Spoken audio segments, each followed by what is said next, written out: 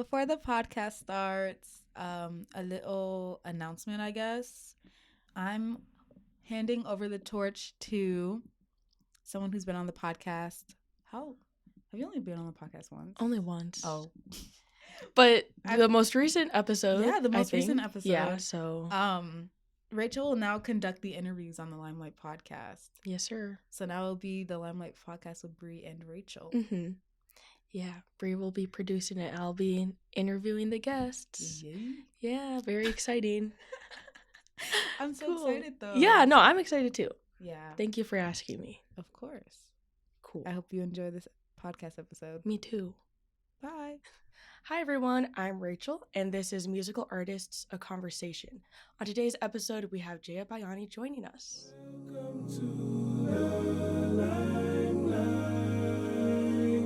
Jaeya Bayani is a Filipina singer/songwriter currently pursuing a BA in music business at Columbia College Chicago with a double minor in hip-hop studies and pre-law. Today, we will be discussing how her most recent performances, how her cultural background has affected her relationship with her art, and why she's choosing to pursue both the legal and creative side of music. Awesome. Welcome to the show. Thank you so much. Thank you for having me. Yes, of course. I just want to start off with some basic questions. Just kind of wanting to know how you first got into music, especially the hip-hop and R&B side of music. So if you, had any inspirations growing up, or just go through how you got into music. Well, I had very young parents growing up. My parents were 21 when they had me, so a lot of the music I listened to and a lot of the music that they and my aunts and uncles, like informally and not, because it's how Filipino families are, like they would listen to so much, like 112, Mint Condition, Stevie Wonder, Anita Baker. I was surrounded by like so much music, and especially Alicia Keys was huge, especially we grew up in like that huge karaoke culture. So I was always singing, and I think I always had a knack for it. My grandparents would always have me sing at family parties, and that was always a part of me. So I always thought I was going to be an R&B vocalist. And then when I fell in love with Filipino rappers from the Bay Area, like Ruby Ibarra, Rocky Rivera, Classy, Faith Santilia, some of them are actually from Southern California, but they were all amazing spoken word poets who spoke to me a lot when it came to issues of generational trauma and this stereotype that Asian women are silent, which we're not. And so I think it really radicalized me, especially in high school, to not just pursue R&B and be like this kind of like princessy type of Filipina that you see in like so many of like so much of media, which is like not wrong at all if that's your vibe, but we needed more type of representation. I wanted to step into my artistry to do that. Yeah, for sure. No, that's amazing. And I think it's like, I'm really glad you brought up that whole stereotype of what is put on to like Asian American women, and especially with, like the whole model minority myth and just the fact that we are looked at it in a certain way. I was wondering, was that a challenge with you and your family once you decided to kind of pursue this creative career, or was that something that they also had interest in music and everything, that they supported you? How was was that a challenging journey for you? It like wasn't like your stereotypical where they were super strict because they were so young, and I think my dad already had that experience with his parents because I come from a hip-hop lineage as well, because my dad was a part of Rock Force Crew, which was the last U.S. crew to win that it's a national breaking battle, and he actually flew to Germany when he was 18, didn't tell my grandparents, and they won, and that was the last time the U.S. ever won that battle. So he was always like very rebellious in that way and always wanted me to follow my dreams and never was really the hovering parent. My mom is a little bit more, but she also, especially when I was applying to college, did everything she could to try to help me learn about like what was the best option for me. So I would have to say I'm really blessed with an amazing support system that's honestly always fought for me to just be me and be a kid, and I'm really grateful that I got to be a kid too, because that has also informed a lot of my art too. Yeah, no, that is amazing. And like there are a lot of strict families out there, but I do feel like Filipino culture does like they value the arts and they value music a lot. So I was wondering also, you kind of talked about college and choosing that. What brought you to Chicago and Columbia? So this is actually a funny story. I was actually supposed to go to Boston for Berklee College of Music. Okay. That was my dream school, and I got into my dream school, but it was so expensive, y'all. Like, I would it was just like, it was so expensive, and my dreams were crushed because I think all I ever wanted, especially because I gave up on the whole Juilliard thing, because I wasn't musical theater conservatory enough, but Berklee like really seemed like it could have been that place. But when I came to Columbia and I found out about their hip hop studies minor, and I found out about how practicum based their music business program was, including like a music publishing program, like what? I've never heard of that before. And so I would say now that Columbia is my dream school because it got me on the path of wanting to be a lawyer, which I never thought about, and learning how to serve my community in more tangible ways, and also helped me connect to dance, which now I'm a practicing dancer and hope to become better. And it's something that me and my dad are connecting over a lot. So it's benefit my life a lot choosing to go to Chicago. And it was just it just happened to be one of the colleges that I had on my list. Yeah. Did you do dance or have any interest at law, like at all before, or was that purely something that happened once you came to Columbia? I would say law, definitely not, was not even in the, I was like, music something, I don't know what I'm going to do, something with the Filipino community, I guess.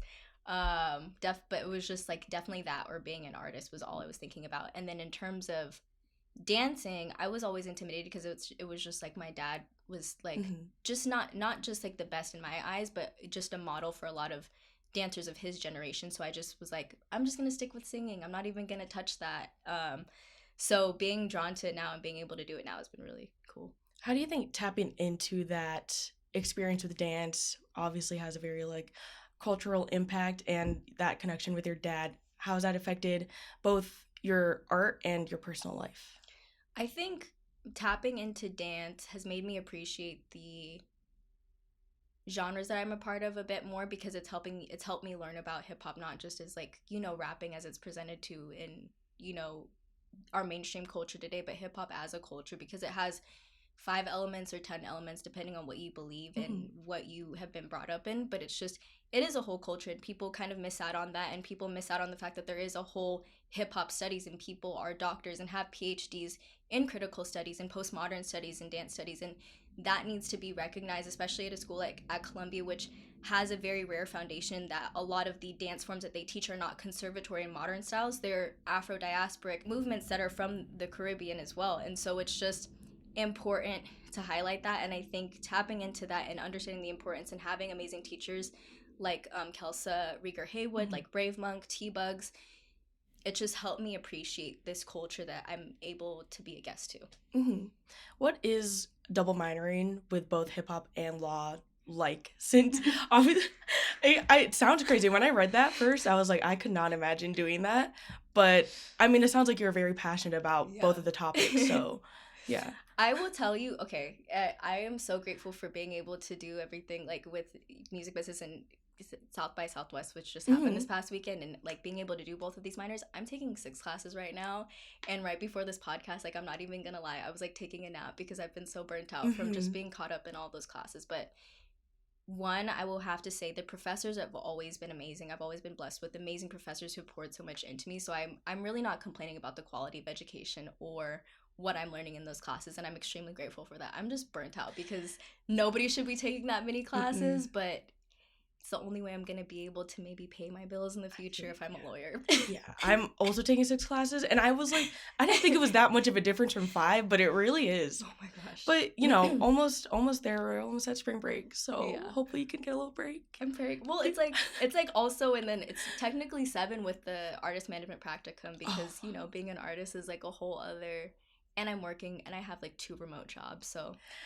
Oh, yeah, it's okay. It'll all work out in the future. Showcase, yeah. And you just mentioned South by Southwest, which I wanted to ask you. How was that performance there? I know some other people who went to South by Southwest, and they were like mentioning that you performed. So if you wanted to speak a little bit about that. I just want to say the Artist Management Practicum team is the best team ever, and they were so amazing, because immediately as soon as we touched out in Austin, like my face was like all over Austin, which was really weird to see, because I'm like, before this class I was just even debating getting back into music, so it was really cool seeing how much work they put into that. And it was just amazing, not just being there as an artist, because obviously the showcase was amazing. We packed up the house, which I wasn't expecting. There were so many non-Columbia people there, but being able to see like so many Asian artists from like not just the US but like across the diaspora there was super super cool. I got to see Twee, who's another artist from the Bay Area. Shout out to the Bay Area.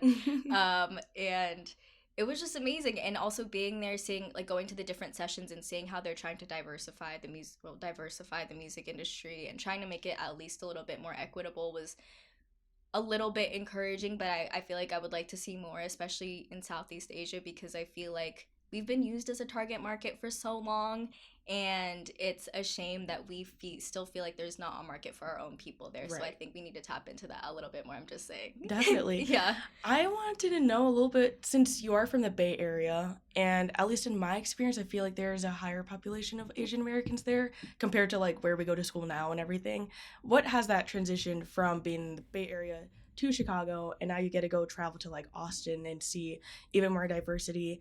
What are some things that you have recognized and learned, and what are things that you hope that you can change in the industry? I think no matter where I've gone, I see the same positives and the same struggles in the community. I will say Chicago, I do love for the fact that its dance community is so much more open than the Bay Area. It's like you can't just go to the park or go to the floors with your friends.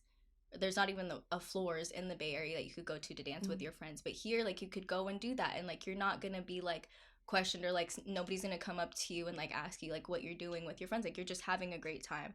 But I think in terms of the Filipino community, you still see a lot of the same like crab mentality and the struggle to be able to get seen and empower each other, because you're fighting for your own cause, or you're fighting, you know, to be highlighted yourself. So I would like to see, I guess, a little bit more community, and that's why me and my friend Callie are throwing this Kapwa showcase, because we want to highlight so many of like the amazing Filipino American creatives that people may have not even heard about in Chicago. Like Classic Studios is run by a Filipino, and they've amazing albums. Like SZA's Control album came out of that studio. I think Tyler the Creator and some other folks as well. So it's just like we definitely want to highlight people not only in the music industry but photography, creative direction.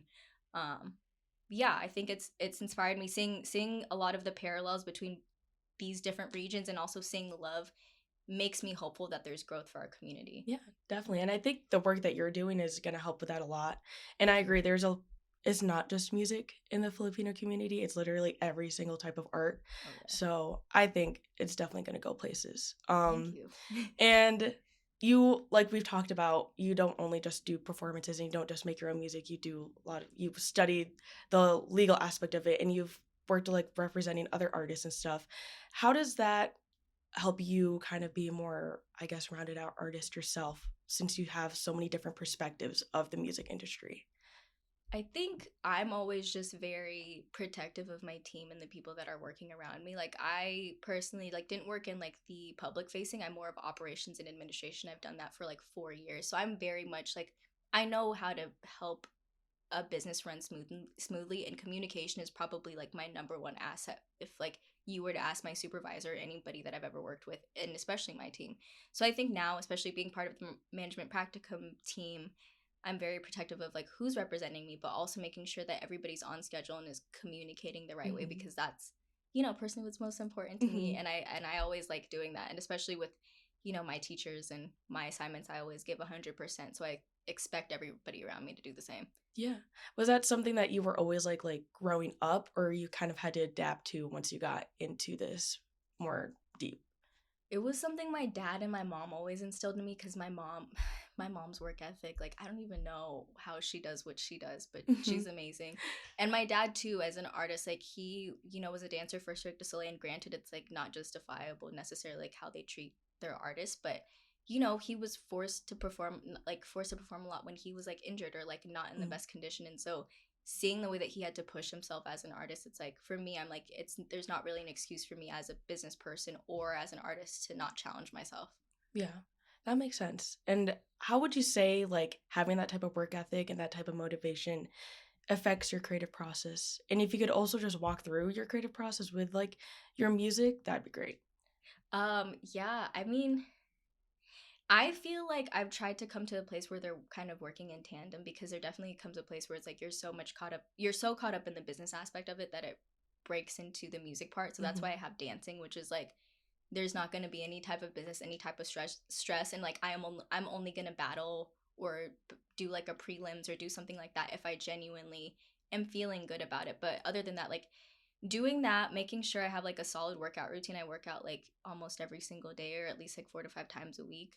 Really just helps me get in the mindset where I'm not thinking about work all the time and I'm actually taking care of myself. So I would feel like I feel like I don't really have much time to have self care or readjust, but that's how I kind of keep everything a little balanced. I agree with Yeah. that, definitely. Was mental health like a conversation for you again growing up as well, or did you kind of have to get more into that and explore that once you got to college and had access to that as you got older?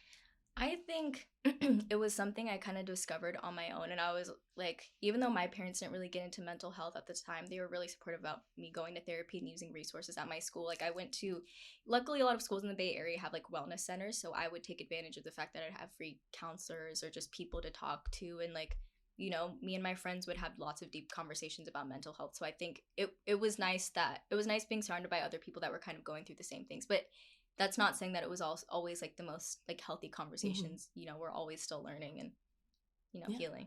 Do you think that sharing your music with the world and like with a lot of different audiences has helped your mental health? Yeah. I mean, I think it's just nice seeing the love and seeing people resonate with it. Like, honestly, like I just want to share the Bayani EP so that there are other brown girls that want to rap and like just want to talk about how they grew up and not feel like they have to like front about like a certain lifestyle. Like they have to talk about certain things. They can just talk about being them and what they like to do. And yeah, I mean that's what a lot of the women I look up to did. So Yeah. I want to continue doing that. Yeah, I wanted to actually ask you about what artists, not even just musicians, but any type of media that you consumed throughout your life that has inspired you to kind of pursue this and make it your mission to give that representation to other, people of color out there. I'm trying to think. I mean, a lot of it's like music, like a lot of the amazing like women and rappers, and obviously like rappers from the Bay Area that I talked about. And I think besides like Filipino American rappers, I'm inspired by like I would listen to like a lot of hieroglyphics and Too Short and Andre Nicotina and People Under the Stairs, which family like introduced me to.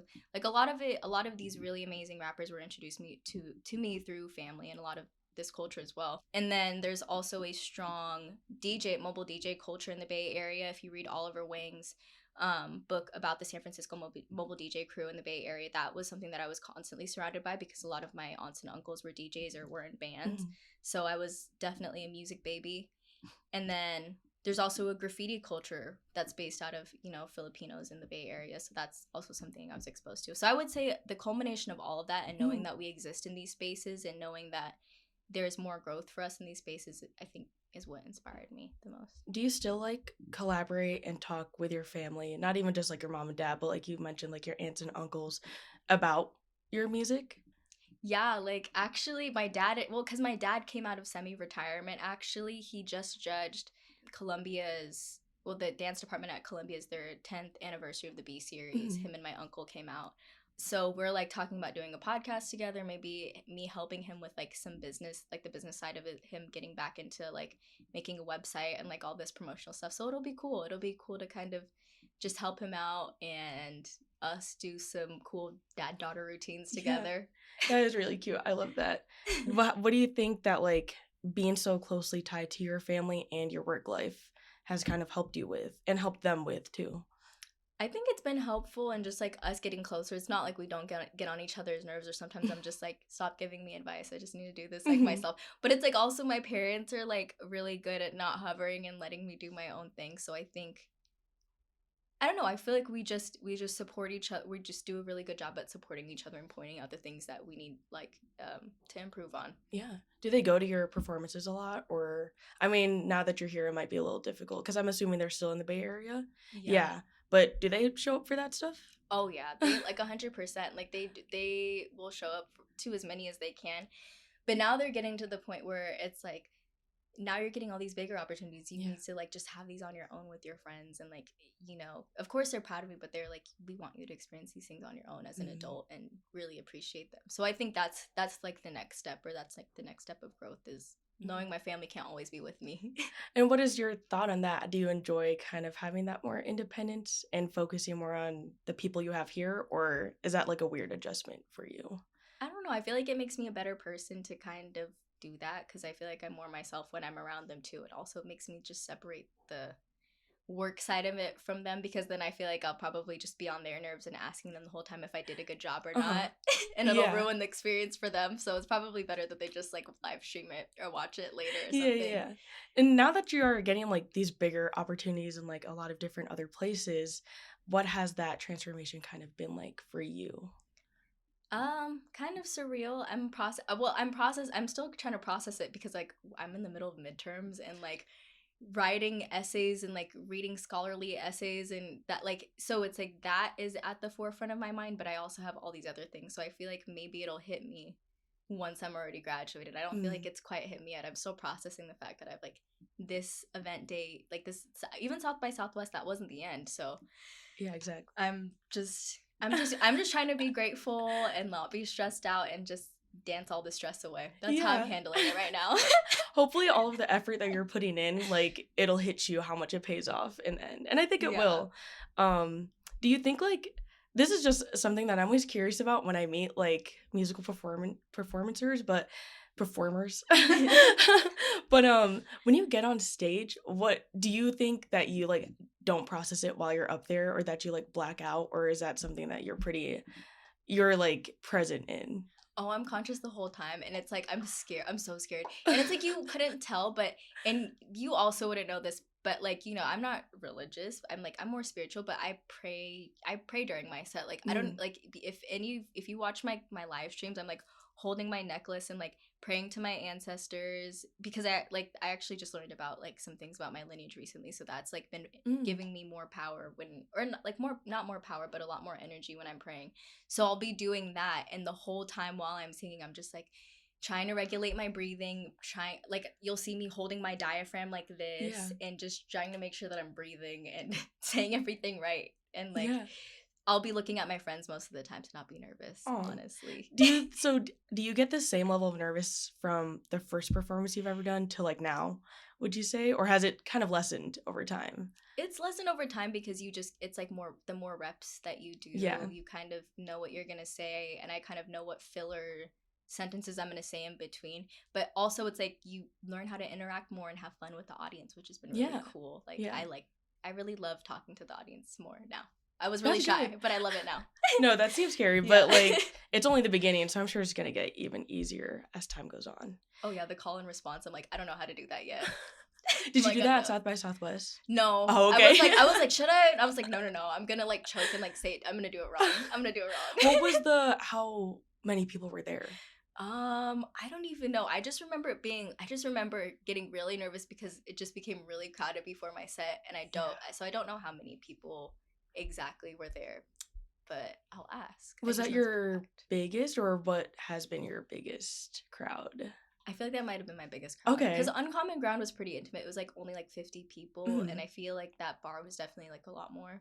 And it was like right on 6th, like right on 6th Street. And 50 already sounds like a lot. So yeah. Do you prefer like intimate, or do you think that playing to a bigger audience is easier? I mean, I think for me, I prefer it being more intimate, but I think for the goal of the class, like, bigger is always better. Yeah. You know what I mean? Yeah. And I'm sure there's ways to make it feel more intimate with it being bigger. Definitely something to play around with. That's just a me thing with like being an artist and like being shy too. I feel like a lot of other artists are the same way. Yeah. But would you consider yourself like an introvert as opposed to okay. I definitely like get my energy from being alone. Like I see. I recharge. But I love being around people. Like I definitely love being around people, and I'm like love hanging out with my friends. But it's like there's definitely I have friends that understand that like, oh, like I just need to go take a nap right now. Oh yeah. No, that's definitely important, especially with you taking basically 7 classes. You need that nap time. How is like being an introvert while doing performances, and not even that, like in all of the paths that you're choosing, you have to talk a lot to other people. So what has that been like for you? Learning that I can't be an introvert all the time, and like I just have to kind of step outside of myself and like challenge myself a little bit more, but also knowing when to take a step back Mm-hmm. because I'm really bad at that. I will just keep going until I burn myself out. Like, so that's a really good question. I'm still Yeah. learning how to do it. So I will just try my best to stick to my boundaries of, hey, like I need a little bit of space. Like I can't get back to you right now, or I'll just respond later after like I've done my thing and not feel like I have to explain myself or feel bad for it. But that's something that I'm still working on. Like Mm-hmm. I don't know. I'm still working on it. Still Yeah. working on it. I think Yeah. at this age, I feel like everyone's like, we're all kind of trying to figure it out. So that I think you'll definitely figure it out over time. Yeah. And with that, like the whole idea of being burnt out and the fact that you are like working at so many different, again, like how you said, different perspectives of the music industry, is there one part that you would like to pursue the most? When I was reading like your bio and everything, you talked a lot about wanting to, you know, pursue a law degree to represent other artists like you. So is that what you think you would be the end goal for you and what you'd be continuing to do further in your life, or do you want to switch around? I think definitely like I wanted to go into intellectual property specifically because it's not just entertainment law, and I don't think I specifically want to deal with people that are wealthy. Like I want to have like work with, and like not saying that entertainment law is all dealing with wealthy people, but I want to have the opportunity and flexibility to work with artists that are economically underrepresented and Mm-hmm. who don't even know what intellectual property is or know what copyright is or like know the difference between copyright and trademark. And I definitely want to help people within my community because I feel like when I talk to Filipino American people, they don't really know what music publishing is, and I think I want to either have my own firm or work at a company that's more focused on that. And I am working for a company like that now, so my plan is maybe to hopefully build like a legal department there. Mm-hmm. But otherwise, like when it comes to the law, I'm also like interested in maybe seeing if I can get into things with immigration or any public policy or local policy in the Bay Area, because I feel like that also impacts like if you can make a change in education or the way that children are taught, or just being able to better protect a lot of these artists who may be coming over undocumented. I think that's something that I definitely want to look into as well, that I'm interested in the Mm-hmm. future. Yeah. How is like the opportunities, like you said, you're already working with a company that follows a lot of the ideas that you're interested in. And so what have your experiences with like the jobs you've had, the internships you've had, how has that shaped where you are right now? So yeah, I worked at the Luna Company, which is it's an umbrella company for a global artist management agency, the Zion Agency, which is like based in the Philippines and in the US, and as well as Traverse Music Group, which is on hiatus right now, but it was a music distribution company. So we serve not just Filipino American artists, but Asian American artists and Asian artists across the diaspora. So it was really cool. One of the projects that we actually distributed was kind of an Asian American history album, and Mm-hmm. each song was dedicated to a different like topic or a different point in Asian American history. And so that was like it was really cool being a part of projects that I actually believed in, artists that I actually listened to. And the person that I worked for, years before I even worked for her, I contacted the artist that she was managing at the time and I was like, hey, can you be my mentor? It like never worked out. I got to be in her music video because like a bunch of like Filipinas in the Bay Area were able to be a part of her music video. And then I ended up interning for her manager years later Mm-hmm. through through an interview that I did for like my economics class for like female entrepreneurs. Yeah. So that's how that started. And so ever since then, I'm like, it's possible to do what I love and also be able to serve my community. And I think that's just been my drive ever since. Yeah, no, that's definitely good. And I feel like that's a hard thing at this day and age for a lot of people in the arts to do, is to do what they like and also pursue exactly the idea that they've had in their head. So I'm glad that you've been able to get that in a lot of different opportunities. Is there anything coming up that you're trying to get into right now? Like any new projects or any new jobs or anything that you've been looking at? I think just trying to figure out what my next step is in terms of like getting a job for the summer, because I'm going to be studying for the LSAT and like focusing on applying to colleges after this. I think I'm going to take a year off. But Mhm. in terms of any new projects, maybe I'm gonna try to get a new album out. I'm honestly so busy right now, so I can't even think of anything. Yeah. I can't even think of anything else. So I'm like, once the showcase is over, once I graduate, maybe I'll think about putting out an album or working more on actually this book that I've been writing for a long time, which is Black and Filipinic Solidarity, History, and Hip Hop Culture, which Mhm. I presented at the Show Improve conference at the 10th anniversary B series that I was talking about earlier. And it's this conference that's put on by Dr. Imani Kai Johnson, who's this um, amazing activist and writer within dance studies and critical studies and hip hop studies as well.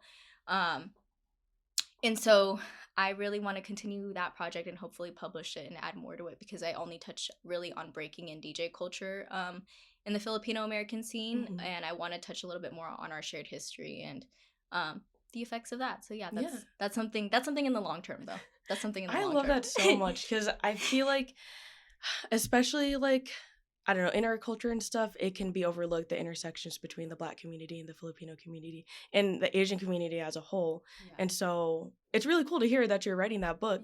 How is like, do you pursue like writing and other forms of art like that a lot, or is this something that you're kind of exploring? It's not, yeah, it's something I don't talk about a lot. Like, to a lot of my friends, when I tell them, they're like, what, you're writing a book? But that, like, going to an academic school, like, so if you're from the Bay Area and you know Lowell High School, it's like a um very college prep school, and they do very much stress academics. And so I did get a very rigorous like education in writing, and that's something I was Mhm. always very decent in. And I think that's something that I took, like, something that I used to do in high school, because I was never taught about my own history, was I would use every free prompt to research whether it was about like the history of Black music, or if it was the history of Filipino American culture. I would just write my own essays and like literally go on like digs of scholarly articles. Like everything that we're doing in college, I've been doing since high school, to try to just research my own culture. And I took that into now, where I finally have teachers that are encouraging me to do that. Yeah. And so like that's where this whole book came from. Is actually one of the teachers, Kelsa, inspired me, and she was like, you should write an ethnography like about this whole thing. That is really like inspiring, because I feel like myself, and I'm sure a lot of other people, if it isn't given to you academically at a young age, then not a lot of people go out of their way to research that on their own and to connect the stuff that you are learning in school to your own culture, and the stuff that you actually want to research more about is really cool. Do you think that like having that skill of writing helped you in your music career, or is this just something more on the side that's a little bit separate? I actually feel like it helped me connect a lot of my mentors at the school a little bit more than my music, because music, like, it helps me with songwriting here and there, and like obviously embedding a different cultural meaning, like with the music. Like I feel like I do have a unique subject matter, maybe not compared to other Filipino rappers, but in general to the in the hip hop scene. But when it comes to like my writing itself, I feel like it has helped me connect with a lot of the amazing professors and thinkers at this school that have really shaped my perception of the world in general, and like how you should just view other human beings, and the truths that you should view history in as well, so, and nuances as well. They've taught me a lot about nuance, and I've applied that to my music and creativity as well. So I think writing has shaped that more, like just more of my thinking as a person. Since you've been able to interact with a lot of different mentors and influences, how has your mindset of how you interact with other people now changed? Are you more aware of like your own behaviors and the skill sets that you own? Yeah, definitely. And I think it's made me a little bit more open to learn, and not being so serious, like not being over serious about myself, but always being open to learn about somebody else's culture, their foundation. Or like I have a lot of friends that are actually who are dance majors, and I feel like before I would just kind of be nervous or be like, I'm, not willing to try it, but it's a form of respect to engage and to interact in that way. So I realized that, like, it's like you have to step outside of yourself, and you have to be willing to learn and be a critical thinker, and not take everything at face value. So I think that's really important. And I think I give people the benefit of the doubt more too, Yeah. because of that. Would you say coming to Chicago and being in like this creative school has surrounded you more with a diverse group of people, not only like in a bunch of different ways, ethnicities, majors, everything? Would you say that like you've experienced that more than maybe when you're in the Bay Area? I would say, because the school that I went to is primarily like white and East Asian, I would say yes. I won't. I mean, in terms of like the Asian American Filipino population, there's still not a lot here, and I feel like even if we are, we're a little bit cliquey, y'all. So I feel like we need to fix that. Just saying, for the future generations at this school. But I will say I've been able to connect with so many amazing women. Like my best friend here is Latina American, and she's like we talk about our culture together a lot, and like our shared frustrations with colonization, and like a lot of the parallels about being a brown woman, and especially in the music industry program where you're surrounded by lots of white men who talk a lot. I'm just saying, like, no shade, but you guys talk a lot. No, there's shade. Yeah. Let us talk. Just saying. But, you know, I think, yeah, it's helped me see different perspectives. And if anything, it's made me even more protective and for my fellow women and femmes, like, especially like black and brown women and femmes. Like, I'm actually analyzing the master's tools will never dismantle the master's house. And a lot of it's like about not just tolerating difference, but having interactions and like actually seeing ways that we can make tangible differences with this, with recognizing this difference. And that's empowered me more to uplift my fellow friends and speak up for them when I see things that are not right, that are going on, which happen a lot more than you would think. No, I definitely agree with you. Colombia can be diverse in a lot of ways, but, you know, the Asian populations are only 4% of this whole, like, the student body. And it is hard to, like, break into the groups that are already pre-existing. And so I think it is really cool that you went out of your way and you've been able to form connections not only in your own communities, but in so many different ones. Yeah. Well, that's it for the episode. Thank you, Jaeya, for being here. I felt like this was like I feel like I learned so much just from listening to you talk. Like, you're involved in a lot, and I really hope that, you know, it's definitely going to go places. Thank you. Was there like any social media handles that you wanted to shout out there? You can follow me on my website. It's JaeyaBayani.com. I always try to push people towards that because I pay for it myself. So please. But yeah, also, can I ask you? Yeah. Are you Filipino? Oh, yes, I am. Okay. Just want to make sure. I just wanted to ask. But yeah, that's amazing. And thank you for having me on this podcast. Yeah. It's amazing. It was like really great because like I said, the population here of Asian Americans is not that high. Yeah. And so, you know, getting to talk to other Filipino Americans and like in the creative industry is always amazing. Yes. So thank you for coming on. Like, I really did enjoy everything that you're talking about. Yeah. Yeah, you are like such a talented, like, hardworking person. And I hope you get some time to take a break soon because I cannot imagine everything that you're going through right now. It's insane. And midterms just for everybody right now was a lot. Yeah. At least for me, that's how I felt. So yeah, hopefully a well-deserved break is coming soon. But yeah, thank you for tuning in.